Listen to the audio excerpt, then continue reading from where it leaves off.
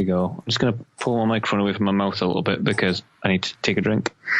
I need to get a drink. I was about to do that, and then you bloody called. Well, I thought, oh, look, he's on there. Hey, I was listening to last month's, actually. Did you enjoy all the jet bits? I did. I was laughing. Yeah, where the hell did you find that? I thought, well, I need to see some jet clip in there. And then it was like a jet fact file who just kind of stood there next to this tree talking about her entire life for 5 minutes. And I was like, yes! She's like, what did she say? I was born in Middlesbrough. I was like, yes!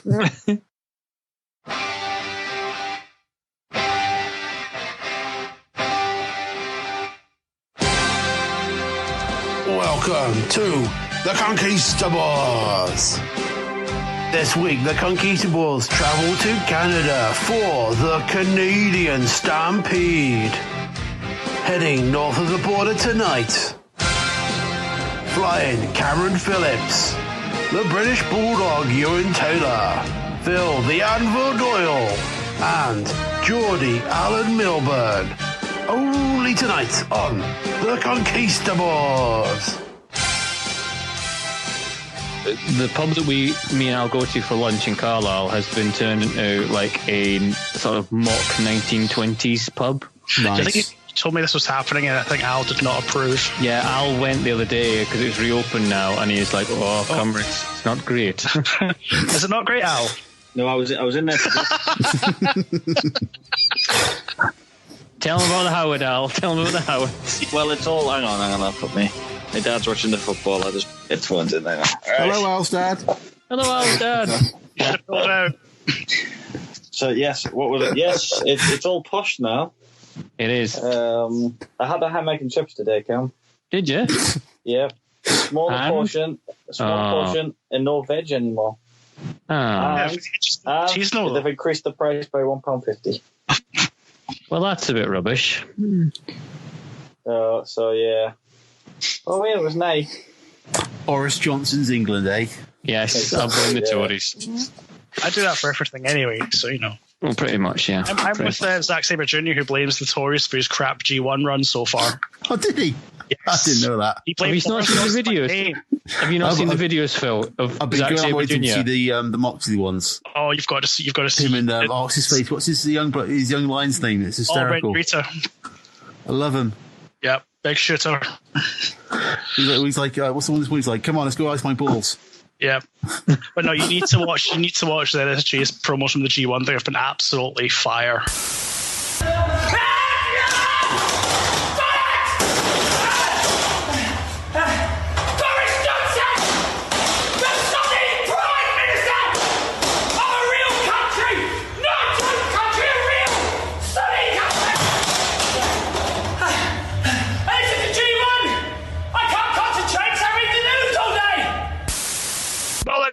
Bollocks, Boris Bollocking Johnson. It is 6,000 stars. This man rejected a WWE contract. Yep. God bless him. I wonder And why. it's like hilarious. Yep. So, shall we crack on? I suppose we should. Is everyone ready? I'm ready as I'm going to be. Hang on. Yeah, I'm just doing some last minute research. Hang on. Al's opening up his book. Al's doing some last minute research. I don't know this is euphemism for anything. Is he reading the back of the VHS? Yep, he's got the VHS in his hand. I hope it's the VHS is in his hand. Very hard stoner. No, I don't have the VHS for this one anymore, I'm afraid. Every time we say VHS, I'm going to hear that now. Very hard stuff. Dear God. Well, to be fair, I'd like to thank the Scottish language for that one. You're welcome. Yeah, we got some good stuff. We got some good. The English equivalent will be what? Very hard stiffy. That's just not. Doesn't sound anywhere near as good. That sounds like something that would be eaten. Sounds like a cocktail you would drink at a bar somewhere. What ho? Can I have 2 very hard stiffies and a tequila sunrise, please? Exactly. Can we the very hard stiffy extra stiff, please? An extra shot of stiff. With this twist as well. Oh, dear Lord. Are you finished researching yet, Al? Yes, I am. Are you ready to go? Yes, I am. Are we green lighting you? Right, okay. I've got my coffee and my Bakewell tart, so everything. There you go. That's the answer to the food quiz. Wow. Can I just say, the last time I think Al ate on a podcast, it was like a pie, and now we've got a Bakewell tart.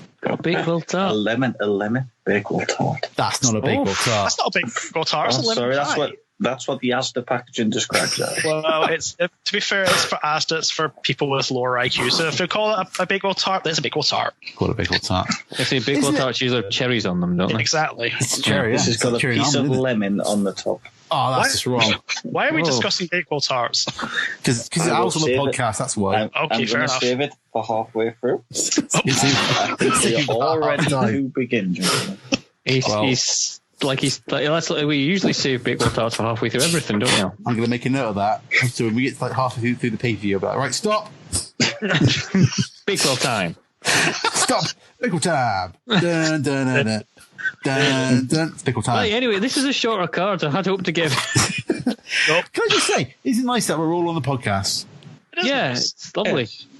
It's not happened for a couple of times, is it not? All four quadrants of the Conquistabores are together. And we're in all 4 different cities. Well, Are we? in Gretna. Well, yeah, well, It's- Like different corners of the globe. It's a very small globe you're using, Al. Well, Okay. UK. what, between Gloucester, Kilmarnock, Gretna and Newcastle? Yeah, it's like one top, one bottom, one east and one west. And I'll have a vowel, please. Well, yeah, it's kind of it's an odd sort of crucifix thing going on. Anyway, Wow. I wasn't going to go for a crucifix, but, you know. well, they'll be vampires. Anyway, So we'd be the crucifix, and wrestling would be Stone Cold Steve Austin being strapped to us and held up above the ring. but this is 2 years before that. I know, I'm just trying to bring it. That's the only crucifix I can think of in wrestling to bring it back to it. There's a move called the crucifix. That's true, crucifix. There is, yeah. Shit, I've dropped my belt there. It's fine. I'll cut that out. Oh no, it's everywhere. Talk amongst yourselves, gentlemen. Talk amongst yourselves. Well, suppose, Phil, if you were to take a map of the UK, Right, yeah. Right.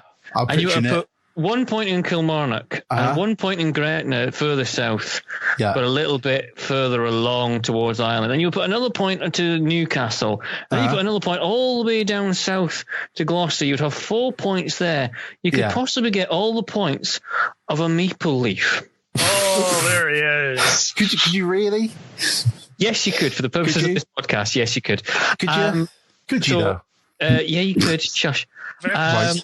nice. So tonight we're going to go to Canada, and we are going to go to July 1997. Mm-hmm. July the 6th, 1997. The Canadian Airlines Saddledome in Calgary, Alberta, Canada, for In Your House 16, the Canadian Stampede. Yeah. Welcome everyone to Calgary, Alberta, Canada. Welcome to In Your House, the Canadian Stampede. We are across the border in magnificent Calgary, Alberta, Canada. Hello everyone, Vince McMahon here, along with good old JR, and we are joined as well by, well, Cowboy for a day, Jerry the King Lawler. Check that hat out. The King of the Cowboys, McMahon. Who picked this one? Twas I. It was Phil. Why did you pick this one, Phil? Well, I think as I said on the last podcast, due to our, how can I put it, irregular schedule, Yeah. there were a lot of podcasts around the anniversary of Brian Pillman's death, Mm-hmm. which may have been like a good 18 months ago now. Still dead, so it's fine. I mean, he's still dead, but, you know, it was a while ago. But they were kind of talking about his career, and this kind of came up quite a few times. And because apparently Brian Pillman thought like this is one of his best pay-per-views, best matches that he enjoyed the most. The Canadian Stampede. So I thought, that'd be good to talk about on the podcast. Okay. So let's wait until it's my turn. And then it's my turn. I said, let's do the Canadian Stampede. And here we are tonight. And here we are. So was it July 97? So a week before my birthday, this would have been. Here we go. Of course, when Yeah. you'd have been how old would you been? I would have been nearly 17. 17. The Blimey. halcyon days. There The we young, go. fresh-faced Phil. who wasn't watching wrestling at this point, I should say. This is the period when I was out of the wrestling. I was as well. Yeah. I wouldn't have watched this at the time. Was I the only person who watched this at the time? Yeah, I think so, because I wasn't watching it because I didn't have Sky. Yeah. I don't think I really kind of got around to watching it, because when I kind of got back into the wrestling, like in the next year or so, like by 2000, I was back into it. I was more kind of like stuff from kind of 98 onwards, so the King of the Ring with Mick Foley and all, all that kind of stuff with the Rock Mankind feuds. That was the kind of stuff that I kind of came back on, which is post this. Because I think we had a little debate again last time about where this kind of stands in the Attitude Era. Yeah, we did. We've got things like it's before the Montreal Screwjob. Yep. We've got Stone Cold Steve Austin. Yep. We've got Hunter Hearst Helmsley rather than Triple H, but we've got China. Mm-hmm. So it's like it's on the cusp. It's on the cusp of that era. They released a DVD called Dawn of the Attitude Era, which pretty much covers this period of time. There you go. So it's that's the word they like to use, a Dawn of the Attitude. Dawn of the Attitude Era. And it does feel like, apart from, one kind of glaring thing, which I'll touch on when we kind of get into the show, it's like pretty much the Attitude Era, but it's just waiting for that kind of spark. Yep. To kind of bring it to kind of the proper heights of where it'll get to. Yep. Yeah.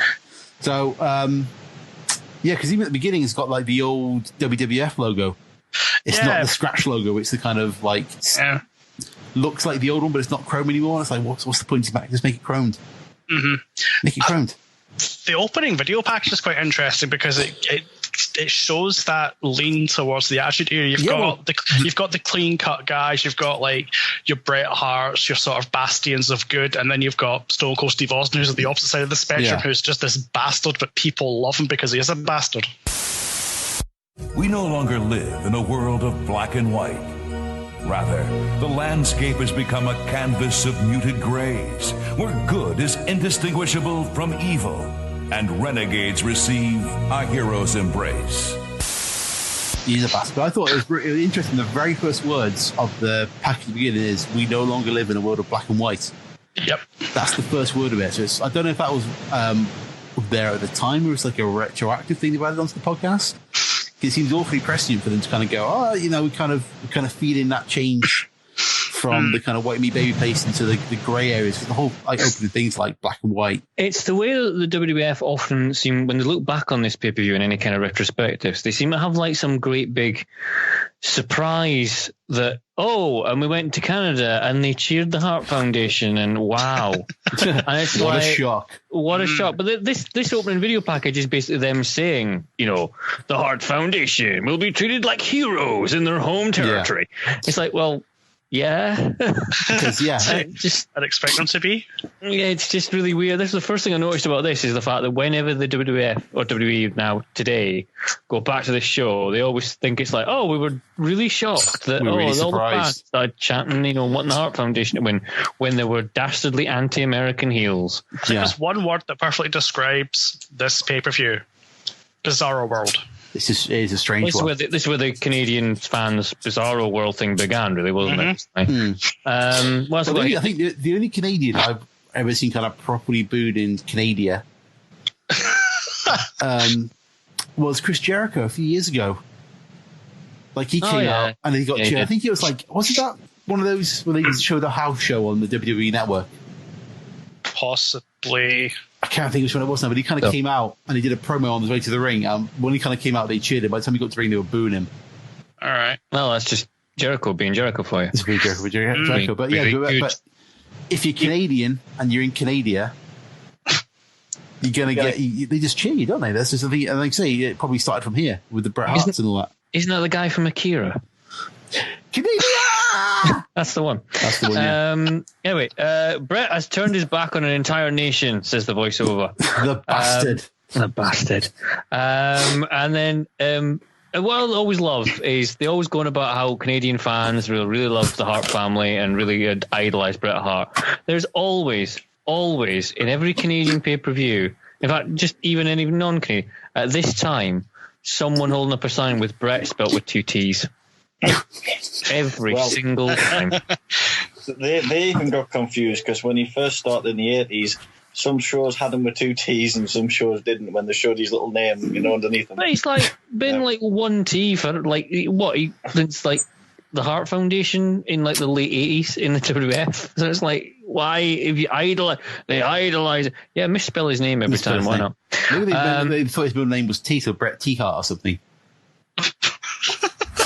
Bret the Hitman Hart. That's what it is. So there you go. See, that's where the extra T comes from. Exactly. You see, thought that's what they thought it was. That's why they put the extra T in there. I just checked, and Bret Hart's middle name is Sergeant. Bret Sergeant Hart. Yeah, I think Stu was a big fan of Sergeant Slaughter, so he called him. Yeah.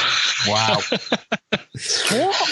So we get through the promo video and the awesome graphics on the logo at the beginning, and I think it's fair to point out straight away that because the show's called Canadian Stampede, there's a slight cowboy theme running through the show.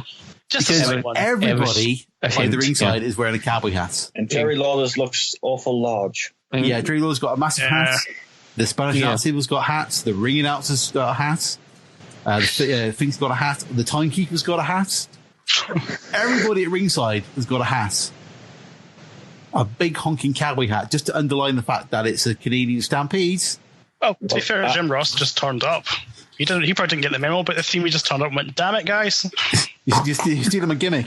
I think all this talk of hats should lead us to the opening contest. Oh, for fuck's sake! Here we go. And I mean the real opening contest. There you go. Oh, I told you. Here comes old Dark Match Al. Right, okay. We've got to do these things properly if we're going to do them. It's not on the network, though. It's not on the network.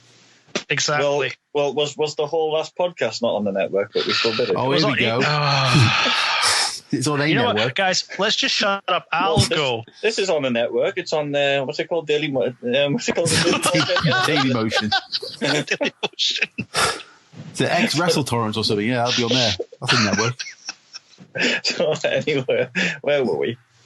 Right. The Dark Match, Alan. The Dark Match. Had the Pray tell. The free-for-all ran. I don't know if anyone remembers the free-for-all. Yes, the concept in general. It was a 1-hour segment of "Please buy this show." Yes, that's with a match, with a bonus match. now the free-for-alls in this format ran from 96 to 97. This being the final one with a tear in your eye. And what was the finale of this glorious series? Well, they held wasn't 90. I worked this out. Yeah, 19 free-for-alls with matches, and 2 of them didn't contain matches in that period of time. And we saw quite a lot of people in them little matches and segments. But after that, the free for all just ran as a normal show without the matches, and eventually was replaced by Heat. But yes, we saw 3 future champions in the free for alls over the year. We had Austin, Triple H, and The Rock, and then other sort of okay guys like JBL, Rikishi, New Age Outlaws. They all did the little trades at this little things, and a couple of Hall of Famous like Drake Roberts and Yokozuna turned up as well. But this is the finale for the free-for-all, and it brings us nicely to hats because it featured the Blackjacks. Oh, God. But of course, not the old Blackjacks, no. No, of course not. Blackjacks. And when a tag team's got the word new in front of it, you know they're in business. Yeah, because they're all like, is it the New Foundation? Was that a tag team? Yeah. And the New Rockers. Yeah, the New Midnight Express. And yeah, was there a New Bushwhackers? Sadly not, but they're in the making, I think. What a shame. So it was against everyone's famous pig farming tag team was the Godwins. So yes, the Blackjacks versus the Godwins was your exciting free-for-all match in this one. So naturally, with a cowboy-themed pay-per-view, surely the Cowboys will go over. Do you think? But of course not. The match ended when Barry Windham attempted a suplex on Phineas for Henry Godwin to come in, kick Windham in the gut, and Phineas does turn it into a small package for the exciting pin. Do you think the Smoking Guns have been really annoyed that they weren't around for this one? Yes, yeah. Well, Billy was Rockabilly, wasn't he? He was Rockabilly exactly, at this point. But one other thing, just a little Blackjack story. Apparently, Wyndham tells this story of they turn up at tapings and they tell him, because your dad's you're going to be the new Blackjacks with Bradshaw. Okay, when we're wrestling tonight. Oh, okay. Yep, you got to go to the barber's right now and get your mustache and hair dyed black for tonight's show. Yeah, so there you go. Anyway, that's a little dark match tidbit out the way, and we can start with the pay-per-view now. Thanks, Al. Thank you, Alan. So the first proper match. I think that's why he comes here, isn't it? Well, we've got to do things properly. By the way, it is that dark match on Free For All is included on the DVD version, the Tag Classics version. It is because I remember watching this original Tag Classics. I can imagine Al being so angry that we're not doing it properly. He's just like crushing his lemon bakewell tart in his hand. Like, we got to do it properly. Even though it's not a bakewell tart. Yes, I did have the DVD version, but still sealed. I didn't want to open it, so I sought the Free For All on another media. I think I got rid of my DVD copy of this because I did that whole thing of, well, I'm paying for the network, so why do I need all the DVDs of the pay-per-views? Fair enough. So I think it's long gone. But this is the sort of risky take in the fact that you might get like fuller versions of the pay-per-views from like back in the day from on the discs. Yeah, because wasn't there like what do they call those releases? Like the signature releases or something? They were like Tag Classics. Yeah. That period they couldn't use the logo and stuff, could they? So they were released into that brand or something? I can't remember. No, that was Coliseum. No, Silver Vision, so they could use all the logos and all the music. So there was no edits in that at all. One other strange point which one it is, not all the Tag Classics include the free for all. Some do and some don't. It seems a bit random which ones do and which ones don't. But there you go. Maybe they just shouldn't include them. Well, maybe they just let it die. Like Royal Rumble 98 includes a free-for-all, but that's got no matches. It's just half an hour of talking. But like Royal Rumble 97, which included a midget match, doesn't have the free-for-all on the DVD at all. So I don't know. And the final note, I promise I won't mention this anymore. They released a video called Free-for-all, which featured the best matches of the free-for-all, but sadly, it was released before this classic Blackjacks and Goblins match. Who the fuck is buying that DVD? A video. Well, it was video, even worse. It's clearly somebody who needs to complete their collection. You know what I mean? It's like that kind of level stuff, isn't it? So Al's buying exactly. You know exactly who's got this video, don't you? Al's got that video. But I'm looking around. I think it's in Carlisle, so I can't take a picture of it. But no, it's not here. The first match, Triple H, Hunter Hearst Helmsley, versus Mankind. Yeah. So this match starts off spicy, a lot spicy. But yeah, I've got down here in my notes. It's just Hunter not at one stage say that Mankind can kiss his ass, and then Mankind's going, "It's your lucky day because I'm a good kisser." Yes, I think it's awesome. China's like, you can kiss my ass, and he's like, "Well, I was lucky I'm a good kisser."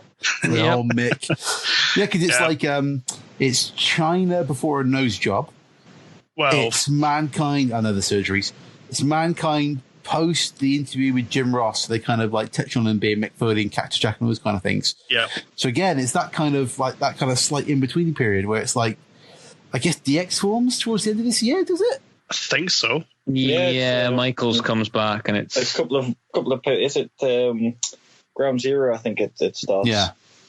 And also, there's a great sign of the crowd saying, "China, I'm in room 209." What is it with people giving out the room numbers live in pay-per-view? That's just a terrible way to get a lot of visitors you do not want. I know, right? Yeah. But again, it's very prescient for China's future career. Oh dear. So that video will live in my memory in that whole Scarp memories section. Well, speaking of that, I think at one point at the start, there's like a shot at China, and Vince McMahon on commentary goes, "Look at the delts on China." What? The deltoids. Oh. Probably the first major moment of intake of breath in this match is when Hunter Irish whips Mankind on the outside of the ring, and China sort of power slams Mankind. Yes, but his leg cracks off the ring steps. Yeah, it looks like sore. There's that spot Matt he does like into the stairs, isn't there? He kind of like It looks like that, but getting slammed into it does not pretty. It looks good. Oh yeah, it looks awesome, and in the red, but that must have stung like hell. Yeah, I don't know if it was just like a mess up or something like that, or if he was supposed to actually get his leg out of the way, but he doesn't manage it, and he's like the back of his knee basically just goes down. Yeah. in those moments where you kind of go, I wonder why Mick has had so many surgeries. Oh, sorry, Mick Foley, the Prime Minister of Parts Unknown, according to Jim Ross. I would say the Ultimate Warrior would have he wouldn't, he would stand against him in the election, I think. No, your Warrior's your press secretary. Oh, Probably, when you get all doing all the talking for you. God. Jesus, can you imagine that being brought out? It's like Opening Prime Minister question times is the Ultimate Warrior. Yep, that'd be amazing. Just half an hour of him running around the chamber. Take the controls, Boris Johnson. He's just wearing all the full gear. It's a full gear, but he's got a tie on to make it look formal. Yeah, just a tie on. There you go. There's our topical political satire for you. That's it, yep. Brexit would be handled by the Ultimate Warrior. Couldn't do much worse, let's be honest. That's true. Put the pound into a nosedive. Boris Johnson. Look at him, brilliant. There's a bit then, I think after that, where Triple H goes full Ric Flair. He's like sticks on a figure four leg lock and he starts like pulling the rope and stuff. Yes, China's trying to pull him back to get he's leverage like on a pure kind of Ric Flair spot. Even with like the rope kind of kicks H's hands off the ropes. Can I bring up a silly Triple H logic spot? Sure. Go on, then. It's Foley's other leg that's injured, so he should have put the figure four the other way around, and he's actually got it on the wrong leg. There you go. Do you think he was just trying to take out the other leg so he couldn't stand at all? Yeah, because Mick's known for his high flying agility, isn't he? So unless there was a genuine moment where Mick thought he'd done something to his knee, so they're trying to avoid putting any more pressure on it. I think Triple H just made a mistake. But this would mean like they've already been on the ramp and Trips have been suplexed. They've been outside for a bit doing slams. Yeah. JR's, I think Vince has said the rest been giving them a great deal of latitude. Oh, by the way, what the fuck does that even mean? Is this the first? Does this match contest the first of about 15 nut shots for the night?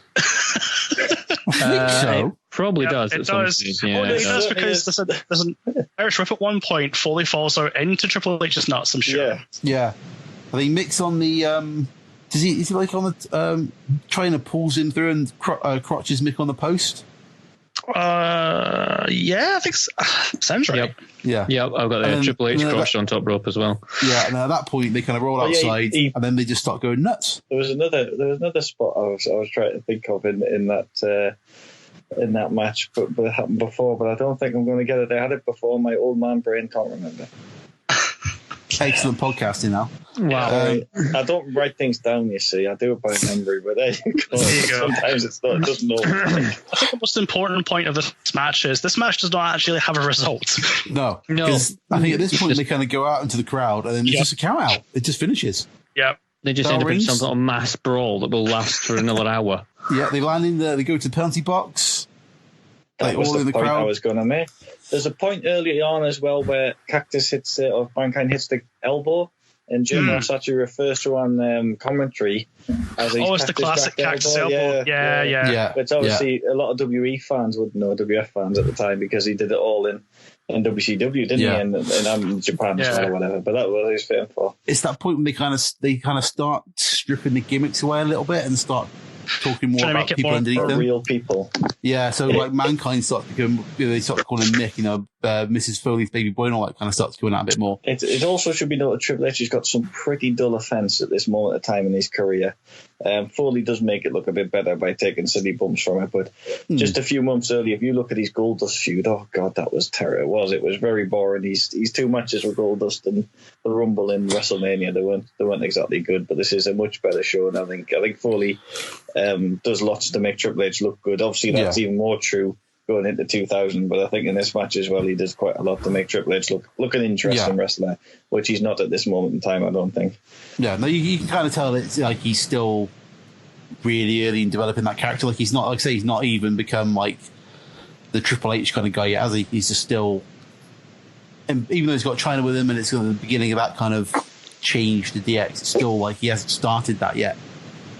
And but like you say, with Nick with him, they got good chemistry, so it ends up being like a decent opener. Yeah, yes. And then the A-team comes to break them up. Is it is Tony Gurria and there's Pat Patterson there and Tim White's there as well, isn't he? Yeah. He gets I think Triple H just throws him over at one point, quite viciously. And then they're just there, just brawling, and they just kind of just disappear out the back somewhere. I assume to get dressed and leave the arena. I think the count out is a little bit of a disappointment, but I think going forward to the cage match at SummerSlam, I guess I was going to say it's a build to the cage match. The right call, wasn't it? But it was a bit. It just kind of feel like not all the time, but like in a few places, it feels like it's been booked as a house show. If that kind of makes sense. I don't know. I thought they went a bit above and beyond for a house show. Yeah, I mean, at some spots. Some points it feels like a testimonial. Some points it feels like a house show. Some points it feels like a proper pay-per-view. It's the kind of feature that whole thing about it being like a really kind of bizarro show. I think it's the weirdness of the fact that this is a pay-per-view as such, but it's a short pay-per-view.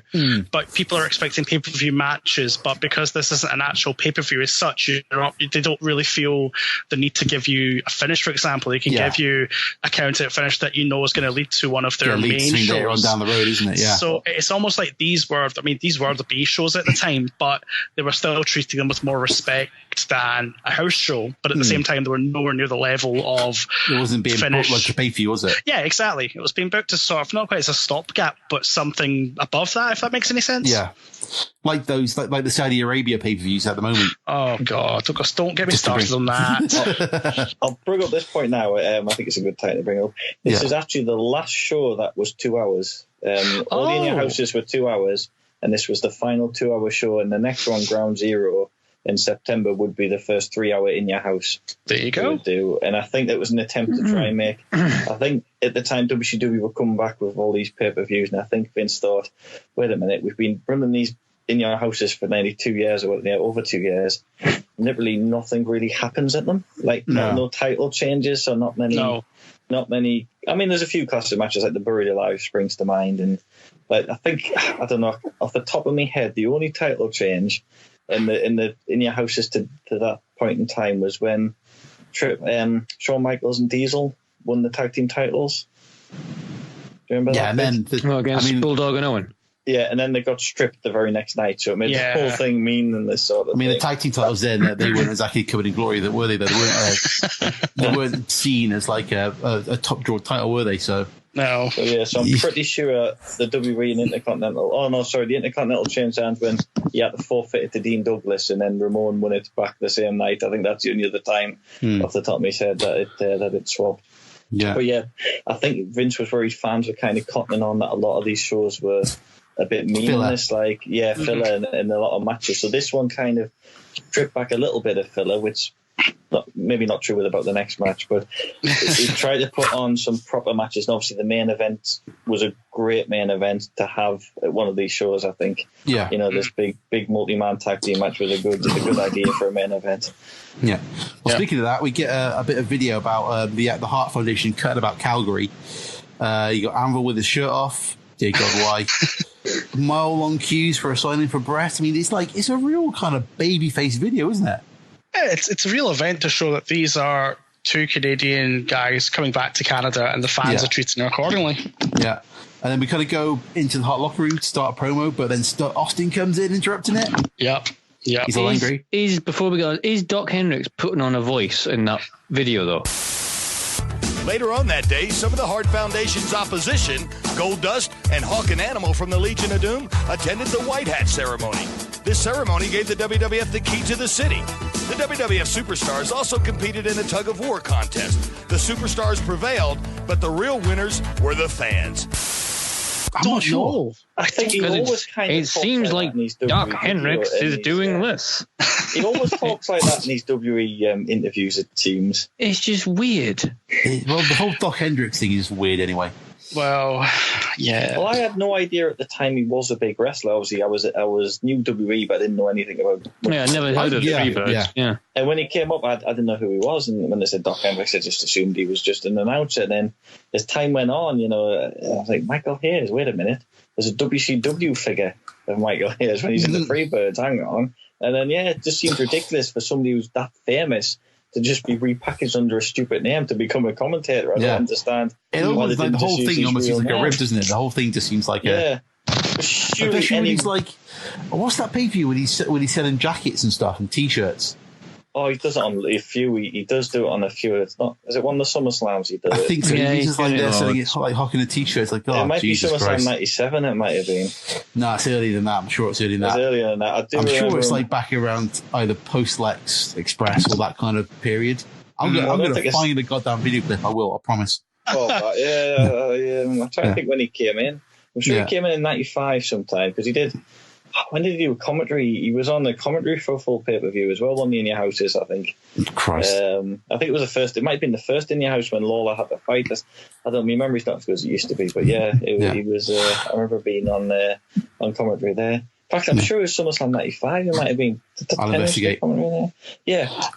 I think you might have done off the top of my head. Yeah. The thing I quite like about the Hart promo in locker room is that I'm pretty sure you can see Owen Slammies in the back of the in the they're on background. the shelf. Yeah, they're on the shelf. He's got to get in there somehow. He's probably like the only wrestler that made a decent hash of getting a slammy. Or two, even. Or just carrying him everywhere. Yeah, just carrying them everywhere and using them as part of the gimmick. Everyone else probably just like won one and went, oh, that's great.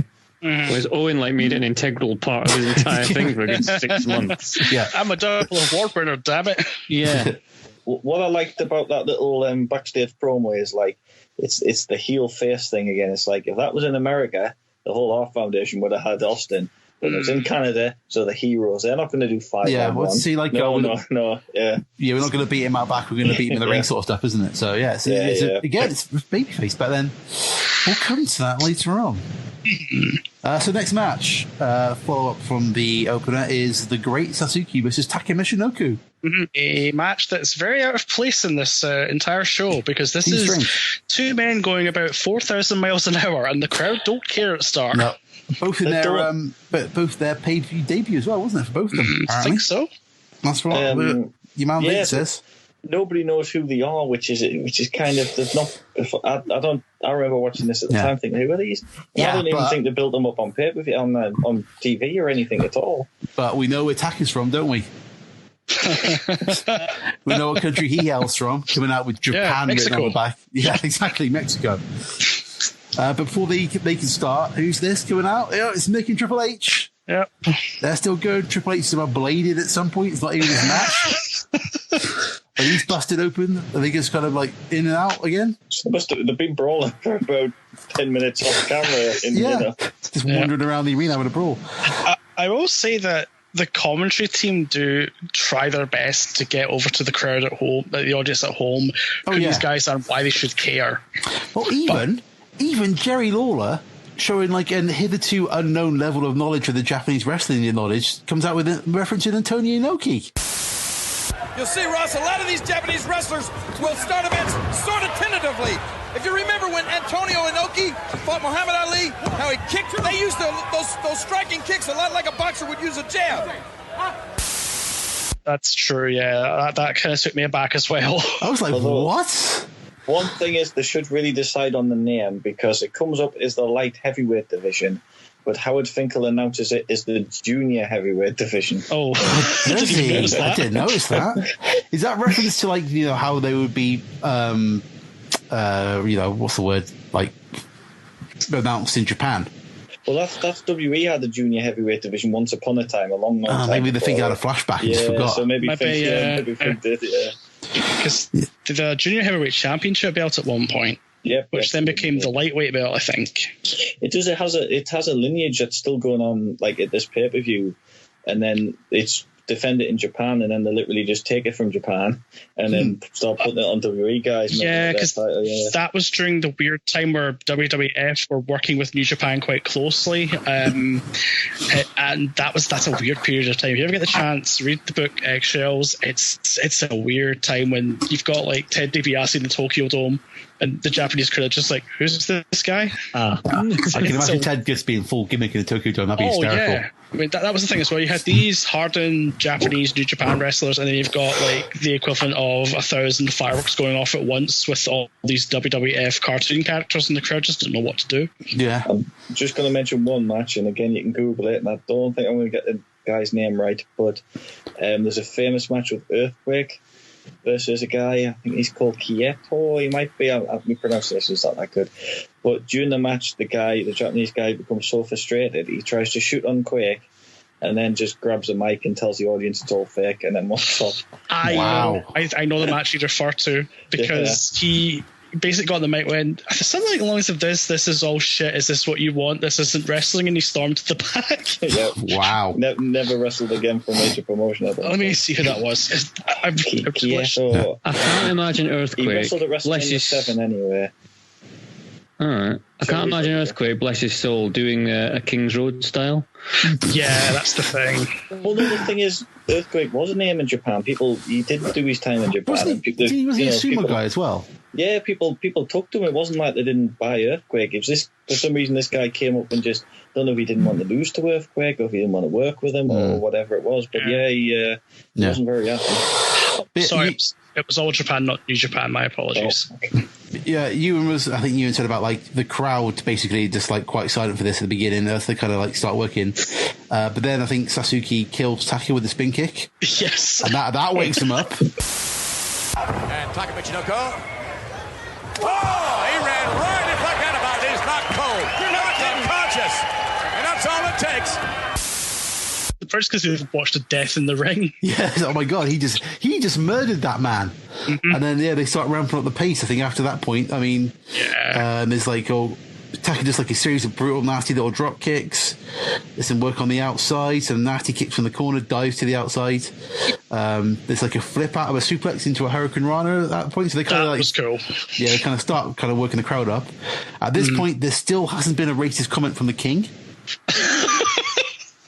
Oh, there's one comment from Vince McMahon that's silly though, so I think I'll bring this up.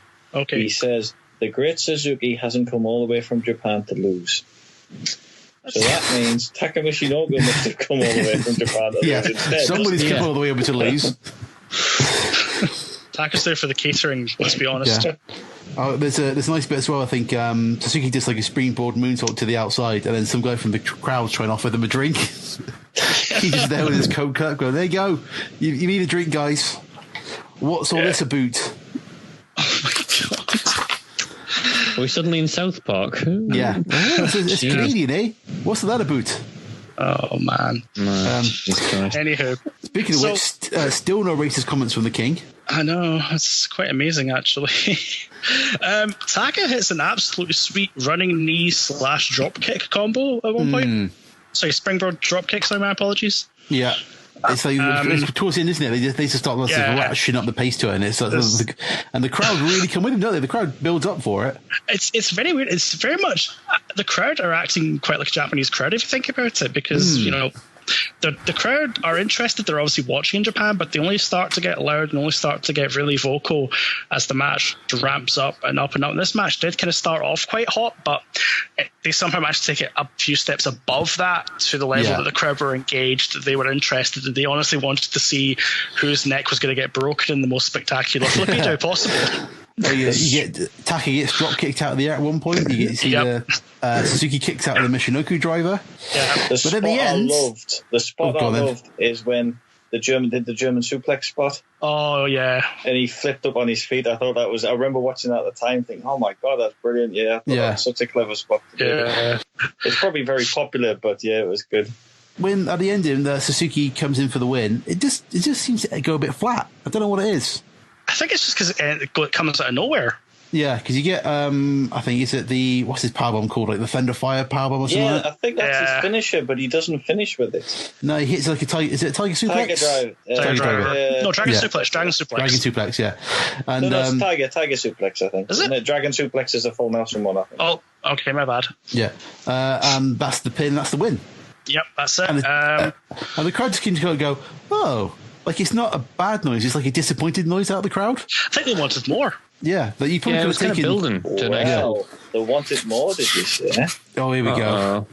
The very next night on Raw, they got a rematch. Hey, did they? It was a bit sloppier, yeah. There was like Taka misses. Taka goes for the running and then runs onto the rope to dive to the outside, and he kind of slips. But they recover quite well. It's not a total botch, but it's not quite as good. But it's not quite as smooth or good. Yeah, it's they only get 5 minutes as well. But Suzuki gets over again, And the story goes that he started mouthing out about who he's going to job to and who he's not going to job to and all this. So the WWE just said, you know what? We'll just take the other guy. He'll do. Yeah. So originally, the whole division was supposed to be the Great Suzuki, but ended up being Tucker instead, the guy they went with. There you go. Fun fact: Sasuke is still wrestling today. There's a surprise. The only issue is he is wrestling in death matches. That seems to be the way to go, isn't it? It's like you just kind of like those older Japanese guys. It seems to kind of just lean towards that. I think it's just because work's there and it makes them somewhat relevant again because people see them taking the amount of damage that they do. I mean, I watched, I think it was a Game Changer Wrestling show recently, and Sasuke was doing, acid moonsaults to the outside through a table covered in fluorescent tubes. Don't do that, kids. Don't do that. And also should be noted, these two actually fought on the ECW pay-per-view a few months before this. I think it was barely legal. Barely legal, yeah. They had a big 6-man tag. Apparently, that is brilliant. I've not seen it. Yeah, that whole show is awesome. I've never really been an ECW fan, but maybe you should watch a bit more now. I've got the network. But yeah, apparently it was very, very good as well. Just as a quick aside about that, there seems to be like a lot of older ECW shows on there now. All right. Like, I was flicking through because the network's updated, so I was just flicking through looking at it. There was like some ECW shows from like 93 or 94. The Eastern Championship Wrestling stuff. Yeah, one was called like the Night the Line Was Crossed. That is the infamous. It's got a triple threat with Terry Funk, Shane Douglas, and Sabu. It's also the infamous promo where Shane Douglas throws them the NWA Championship. That one, is it? Yeah, that's on there. Yes, Hence the Night the Line Was Crossed, yeah. Yeah, because I don't think that was on before. It kind of like started around 96 on the network, I think. But yeah, they seem to have got like the older stuff on there now, so. Well, you get some old WWE guys like Don Morocco and Jimmy Snuka and stuff was doing I think Snooky's on that one. I can't think he was wrestling. I'd have to check. But speaking of old guys going nuts, that's a Triple H and Mankind are still at it. Outside now. Yes. Out by a bus. Trips gets hit with a shovel. Yeah. What have we got there? I can't read my handwriting. There's like taking a lot of referees to break this fight up. But see, at this point, the refs are just not even bothered. It's like, guys, come on. We've been following you around for 20 minutes now. We're really tired of it. Just want to go home. There's another brilliant Vince line during all this, by the way, and it's the home of the Calgary Flames has never seen action like this, which is a bit of an insult to the playing ability of the Calgary Flames. Yeah, it's not the best. And I'm pretty sure they've seen things just as violent as this for the ice hockey. Yes. I just thought during this, do you think this was the template for the Hardcore Championship coming up later on? It feels like it. It feels like... Well, they were trying to do a bit more because they had the backlog brawl the year before and the boiler room brawl the year before. I'm just thinking the whole following around the arena or wherever they happen to be, the whole sort of almost gonzo indie style of... Falls Count Anywhere kind of style match. Yeah, just saying, the action could be happening anywhere. You'll never know where they're going to be next. Yeah. They could be in the back in the concession stand. They could be in the penalty box. They could be out across the street in one case. Yeah, like the Mississippi River. Yes, the Mississippi River. Is that the St. Valentine's Day Massacre one? Yeah. I was about to reference that one when it's like, they go out there, like, is it Al Snow gets wrapped up in a fence and pinned? Yeah, I thought that match was so good. It's so silly, but it's so good at the same time. Yeah. But you can imagine, like, Vince watching that back and going, tell you what, we could have that could be a type of match. Mm-hmm. And we'll call it the 24/7 champ. Oh, wait, no. No, we won't, no. So we go from a match going 1,000 miles an hour to two giant men beating the shit out of each other. Yep. Two very big men. Yes. But before that, we wish Ahmed Johnson well in his recovery, a phrase which is often heard in the WWF around about 95 to 97. Did anybody listen to the Mark Henry on the Chris Jericho podcast? No, I did not. He talks about how much he hates Ahmed Johnson. Oh, God. Really? Yeah, it's brilliant. Like he had no time for Ahmed Johnson. Like he apparently tried to slip Mark Henry some like painkillers or something into his drink when they were in a restaurant. Really? Yeah, it's all just brilliant. And he talks about how like Ahmed Johnson injured Farouk. Like he absolutely battered him during a match, and Ron Simmons was like out for 9 months. And then, like he says, like he's in the car with like Teddy Long going somewhere. Mark Henry's talking to him, and Teddy Long's like, "Oh, I hear Ron's coming back next week. He's going to murder Ahmed Johnson."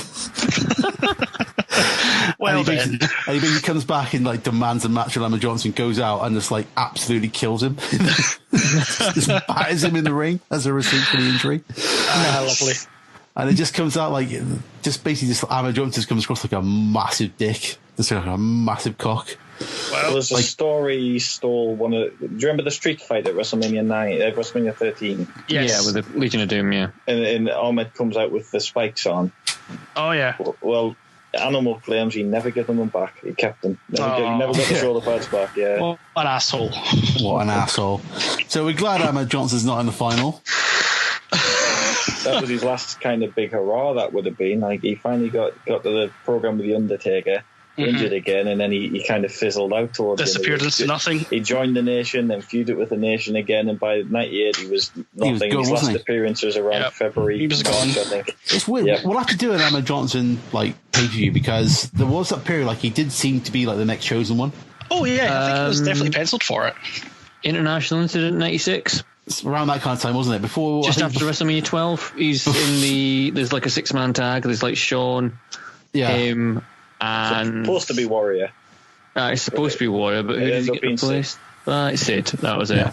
I think it's that period before he has his kidney problems. That was SummerSlam 96. Yeah, because before that, it seemed like he was he was getting like a massive push, wasn't he? I think so. Yeah, they really. I mean, Vince has big, muscly guys, but he's not here, so we don't care. Exactly. What we've got instead is we've got Paul Bearer talking about Undertaker killing his family. Oh, how brilliant is Paul Bearer saying the word murderer? By the way, brilliant. That was murderer. He's a murderer. He just keeps randomly saying it like, murderer. And Undertaker, I don't know how you can look in the mirror. How you can look in the mirror knowing that you're a murderer, that you killed your entire family. It's little things that make a story in a match, and I thought that was really good. Yeah, because they start mentioning Kane at this point, haven't they? Or they're just starting to begin to mention Kane. They're planting the seeds of there's someone in Undertaker's past he does not want to see. Yeah. Yes, you haven't seen him for a while because he's been at dentistry school. He's coming back now. Coming back for your teeth. So this is the Undertaker versus the Man Called Vader, which always bugs me when they call him the Man Called Vader. Doesn't flow very well. The man they call Vader. Oh, he's the man they call Vader. It works. Well, this one they'll be called Mastodon. But Jim Cornette went mental and said, "You're not calling him Mastodon, he's called Vader. Everyone knows him as Vader. Keep him as Vader." Mastodon, caca!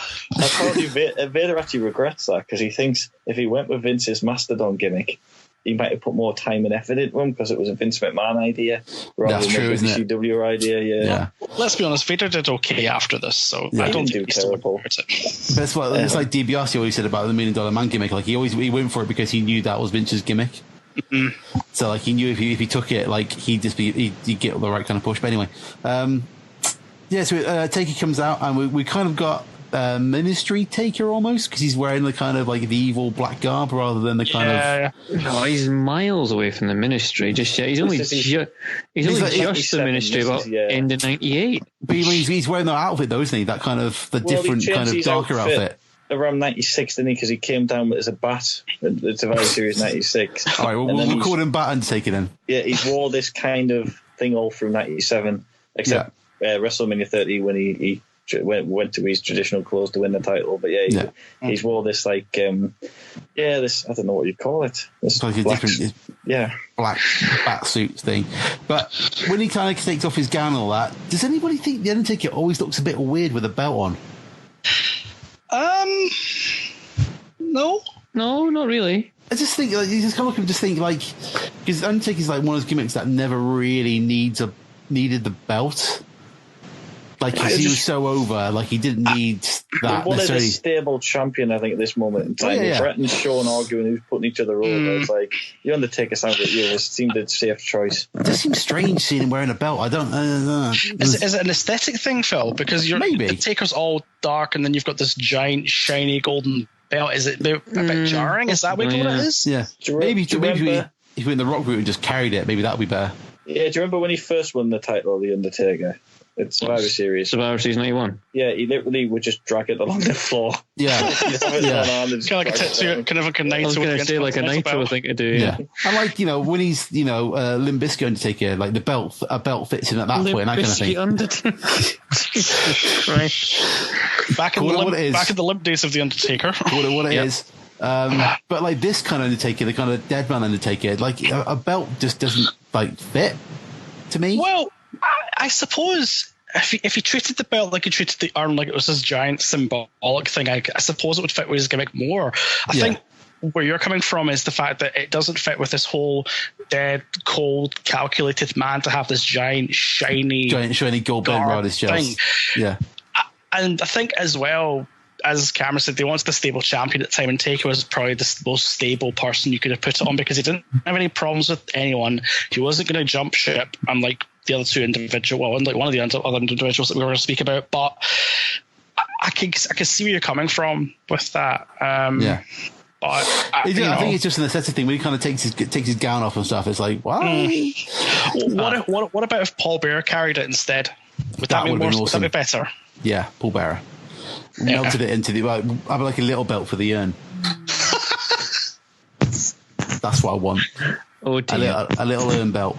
But then it's just it's what we put down. How would I describe this match? A big beefy hoss match. It is a big beefy hoss match. It's a hoss match. I must admit, I really enjoyed this match. It was good. That's not a bad thing to admit. Really it's good because it's a big beefy hoss match, but both of them are really good big beefy boss men. Vader can go. Both of them are really agile, so when they do need to do stuff, they can do it. But again, wrestling psychology at its best. The promo at the start, what did they say? They showed a clip of him beating Undertaker at the Rumble. So it makes perfect sense why Vader's the number one contender, why Vader's in the match, and why Vader's got a chance to beat them because he's beaten before. And you know what? They haven't run with this match 7 times the week before on Raw or anything like that. Does anyone remember the first time they saw Vader hit the moonsault and what their reaction was? I think my reaction would have been just kind of that can't be right.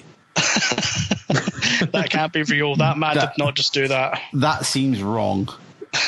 Gravity doesn't work that way. Yeah, because you've been kind of trained like the traditional big man in WWE is doesn't leave their feet, stompy slow. Doesn't do anything because they talk about like how Andre could do drop kicks and head scissors and stuff, but when he kind of got to that stage, you're like, no, you're a big man, you don't do that kind of stuff. Yeah. And I think Hogan on Austin's podcast talked about that as well, like how he wanted to wrestle, but like, no, you're a big man, you don't wrestle. So seeing a big man doing that feels jarring for the way that we were trained to watch wrestling by that company. If that makes sense. Yeah, it makes sense. I think. Do you think this whole card in general was a sort of reaction to WCW's very, very quick ascension to where they would have been at this time in history? Yeah, because obviously they're trying to combat the cruiserweights with their own version of the cruiserweight. Some of that they're trying to get a bit more gritty and hardcore stuff for the Mankind match. Yeah. And then obviously they've got the faction thing, the NWO type faction thing going on in the main event as well. And I think this match as well, with the sort of agile big men, they were trying to almost differentiate themselves from the top end of the WCW card, which is really the retirement home. Yeah. We said that before, like the main event level matches in the WWE were terrible, but the undercard was great. And it's kind of dominated by like Diesel would have been over there, so he wasn't exactly known for his being able to go. Hogan was teamed together by surgeries at this point. Lex Luger's every drug onto Mankind in him. He'll do like a body slam and then just walk around completely blown out for about 10 minutes. Selling the whole time. So yeah, a lot of their card where at the top would have been like good psychology workers, but not able to get kicking into that wrestling gear when they needed to. Whereas like you look at these two guys, like they got the psychology, but then they can like Undertaker's flying around. Vader can do like the high flying stuff when he needs to. It's a different kind of flavor to it, isn't it? A different gear they can go to. Yeah, I mean, like I said, this match is a horse match, and the crowd are very much into it. Oh yeah, when Taker's on his comeback, like I think at one point the hard cam starts shaking. Yeah, because they're just like when he's kind of coming up. He's kind of coming up, and we get a load of nut shots all over the place. Well, yeah. Because there's one where there's got the Vader bomb attempt, but Taker low blows right in front of the referee, and they do the whole usual thing of, the refs are being lenient tonight. It's like, then the ref just going, fuck it, I can't deal with this. Yeah, what am I going to do with these two guys? Seriously. It's the classic New Japan ref where the guys are like halfway up Cork and Hall, and he's just in the ring going, come on, lads, come back. I'll start counting. I will. The ref's like that Vader guy could literally squish me with his bare hands, and the other guy's like a literal demon from hell. What am I going to do? It's not a good situation. We get a choke slam from the second rope to Vader. Kicks out. Another choke slam, kick out. And then we had that kind of botched reversal of the tombstone. Yeah, they kind of just flop. But then they kind of make it work because Vader goes for the cover, so it kind of makes it look like it is something rather than... Yeah, it is kind of well saved. Yeah. To be honest. I think both men did brilliant. I think what's good about this match is, like, Taker comes in really strong and starts beating up Big Vader, which makes him look good, but then Vader makes a comeback, so it's like the thing of, because Taker wins, it actually looks like it means something. It looks like he's beating a real opponent, like he's beating somebody worth beating, sort of thing. Well, it's the thing, like, if you, like, even if you're not going over, as long as you make the other guy look good, you'll look good as well, isn't it? Like, they both make each other shine. That's what I liked about the match so much. I've always been a big Vader fan, and I always think it's a shame he won't go in the Hall of Fame while he's alive, or when he was alive. And I'm sure he'll go in eventually. He should really go in eventually, but Vader.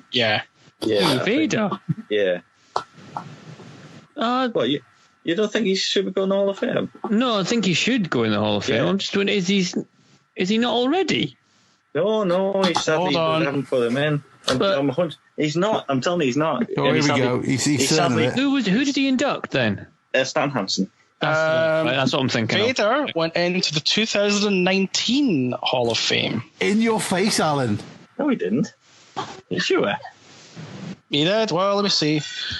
I like this controversy we've got going on here.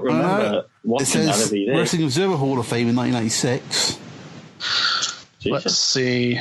I don't remember him going in the Hall of Fame at all. I don't remember watching his speech. That sounded like something I would have wanted to watch. Because he did the whole Stan Hansen speech because he put on like the glasses with the eye on the end of a spring or something like that, didn't he? Nope, I stand corrected, sorry. Vader inducted Stan Hansen in 2016. Yeah, that's what we were talking about, yeah. No, he's not in, which I find weird. That's really weird, yeah. He did win the Slammy Award for Crime of the Century in 1996. Well, that'll do him then. I don't think that counts. For an assault on WWF President Gorilla Monsoon. That was a brilliant angle as well.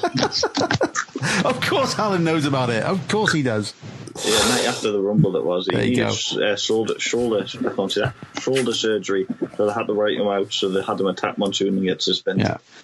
It's a shame, the whole, I'm guessing was it like the feud with Michaels where he kind of had his legs chopped out from underneath him? Yeah, it's Michaels did it because, he didn't want to work the style. He says he just doesn't want anyone getting above him, really. So yeah, but he would have been a good guy to have, when you kind of get into the Attitude Era, he would have been a good guy to have, like, knocking about in the kind of upper mid cards, wouldn't he? Kind of that kind of period. We might have bypassed the whole Viscera thing. Who knows? Oh Jesus! Don't remind me of that. Just on one note, I went and got my old wrestling almanac. I do like some old wrestling books, just to see what WCW was doing in that, because he said about that. So it was Bash at the Beach a week later on the 13th, and the main event was the team of the Giant and Lex Luger. Oh God. Taking on Hogan and his partner Dennis Rodman. Yeah! Oh my God! Big D. Oh Jesus Christ! What a that'll put bums on seats. It did. I know, that's the trouble. That's the worrying thing. Anyway, I think we must be at least over halfway through. So, Al, do you want to have your Bakewell? I've already had it, sorry. I made time in all sorts for it. But anyway, so that match gets done. Vader gets pinned. Paul Bearer legs it. Yep. We get some more footage of the Hearts cutting about the places, being all happy and shit. Yep. And now we're into the main event. Yes, our main event of the Canadian Stampede, 1997. Can we back up slightly? Just a small point that I brought here, that Todd Pettengill does not do gritty voiceover very well. No, he does not. But all of these altercations and clashes in the WWF seemingly pale in comparison to the feud between Stone Cold Steve Austin and the Hart Foundation. So this main event is the Hart Foundation, which consists of Bret Hart, Owen Hart, Brian Pillman, Jim the Anvil Neidhart, and the British Bulldog. Tragic point to notice that Bret Hart's the only one of those guys left alive. Yeah. Second point, Team Canada is already represented by 2 Canadians. Fair point. Oh, yeah. So they are. And versus the team of Ken Shamrock, Goldust, Legion of Doom, and Stone Cold Steve Austin. What a team on the other side! What a mix of fellows that is. Because I think when they do their promo written down, that's a mix of looks in this promo. Because you got Goldust just being Goldust. Yep. You got Ken Shamrock rocking a kind of like blood red, like a kind of boxing dressing gown. Yep. Mm-hmm. Legion of Doom, Legion of Doom, and Stone Cold's just there. In his normal kind of black stuff. But weirdly, Goldust does his promo as a cowboy.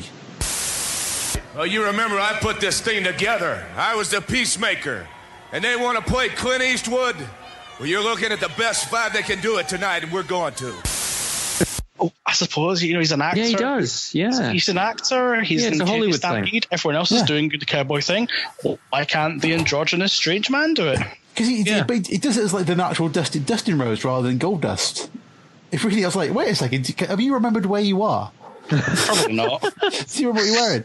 And then obviously the whole time I'm just sitting looking at the screen going, say tell him Hawk, say tell him Hawk, say tell him Hawk.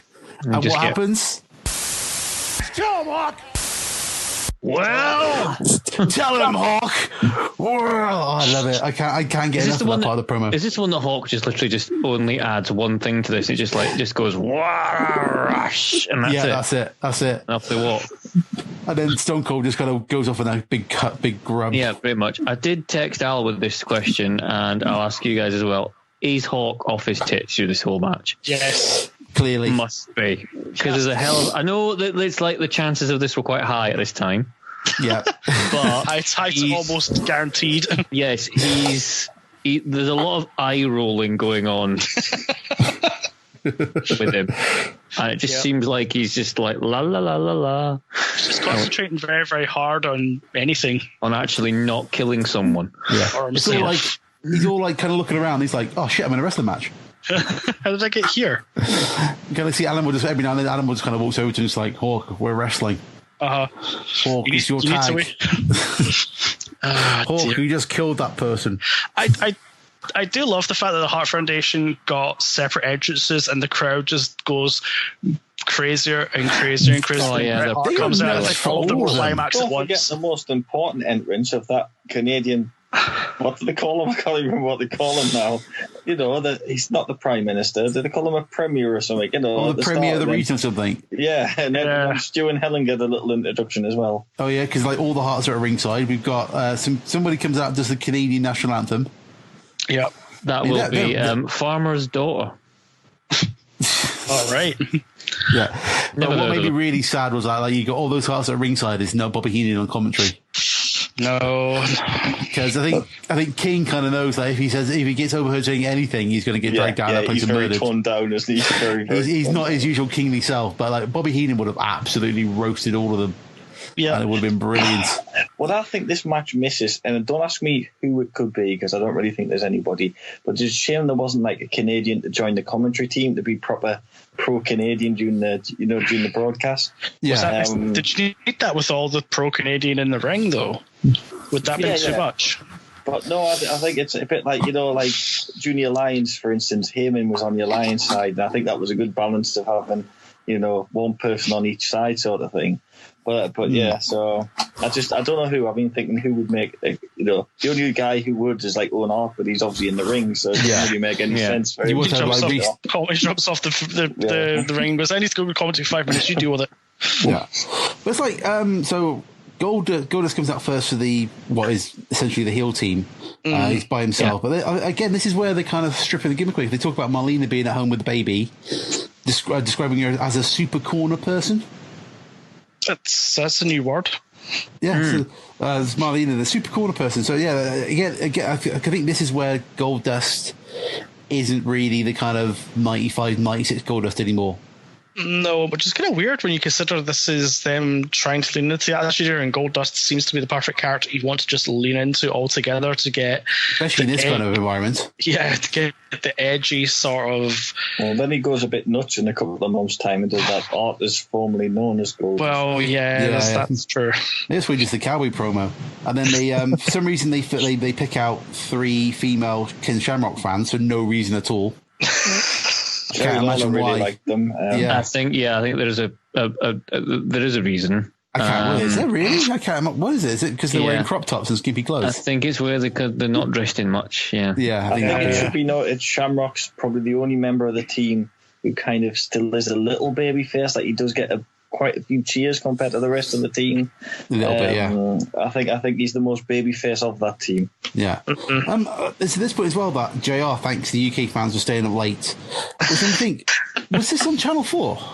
No, it was on Sky. 7. It was still on Sky, was it? Yeah. Yeah. It had been on Sky. Yeah, it just seems he always did it. JR always did it during pay-per-views. There's always like a moment before the main event where JR would say, we'd like to thank our fans in the UK for staying up so late with us. It made me think, was this on Channel 4? Because I don't know why you guys went to that. It's that kind of time, isn't it? So. Channel 4 was 2000 to 2002.